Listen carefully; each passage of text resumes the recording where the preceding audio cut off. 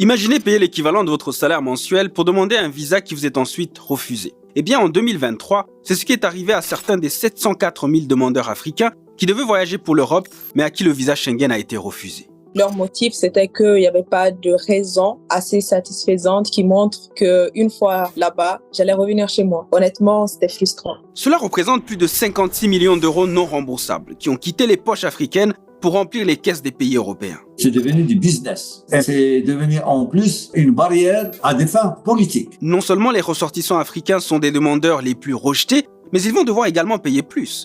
Car depuis juin 2024, les frais du visa court séjour ont augmenté de 12%. On se retrouve aujourd'hui avec des frais de demande qui ont été multipliés par 2, 3 par rapport à il y a quelques années. Pourquoi les frais de visa Schengen ont augmenté? Pourquoi ne sont-ils pas remboursés en cas de refus? Et surtout, faut-il appliquer la réciprocité?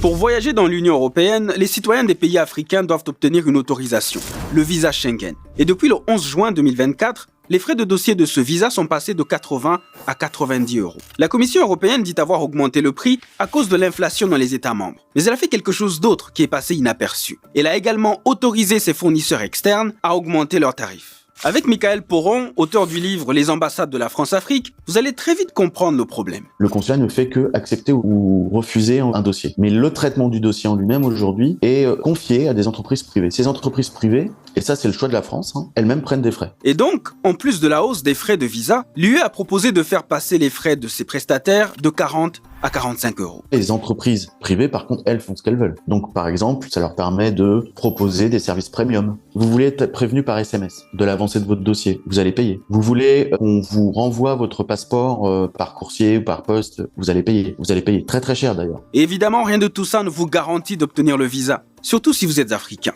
Car l'Afrique est globalement le continent qui affiche le taux de refus le plus important et les chiffres le prouvent. Elle totalise 27% de refus contre 15% pour l'Amérique du Nord et du Sud, 13% pour l'Asie, 7% pour l'Europe et 3% pour l'Océanie. Mais pourquoi l'Europe est plus fermée aux Africains qu'aux autres? L'auteur de Visa pour la France, le business des frontières fermées, répond.